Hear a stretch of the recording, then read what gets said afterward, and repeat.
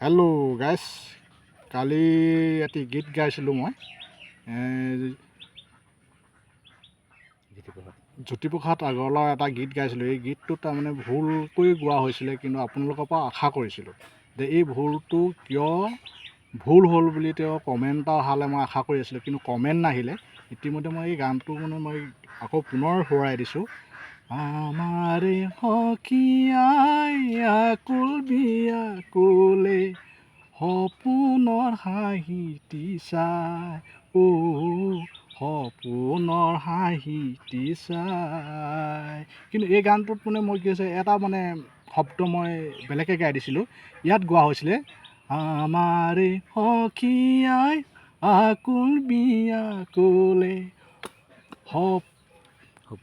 সপোনৰ বাতৰি চাই, সপোনৰ বাতৰি চাই। এই শব্দটো ভুল আছিল, বাতৰি শব্দটো ভুল আছিল। এই ভুল হোৱাৰ কাৰণে মই আপোনালোকৰ পৰা পুনৰ ক্ষমা বিচাৰিছোঁ। কিন্তু ভুলকৈ গোৱা নাছিলোঁ, কিন্তু শুদ্ধকৈ গাবলৈ লৈছিলোঁ।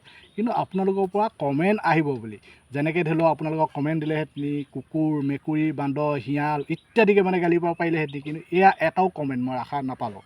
সেই কমেণ্টটো, বেয়া গালি কমেণ্টটো মই আশা কৰি এই গীতটো আপোনালোকক প্ৰেৰণ কৰিছিলোঁ। কিন্তু এই কেলৈ পঠিয়াইছিলোঁ, যাতে আপোনালোকে কেনেকুৱানো গান গায়, কেনেকুৱাকৈ গান শুনে। ছ'চিয়েল মিডিয়াত আজিকালি গানবিলাক প্ৰায় গাই থাকে, কিন্তু মই শুনি থাকোঁ। তাতো দুই এটা শব্দ চাগে তেওঁলোকে হয়তো গাঁৱতে ভুলকৈও গাব পাৰে বা এনেই জকিঙো কৰিব পাৰে।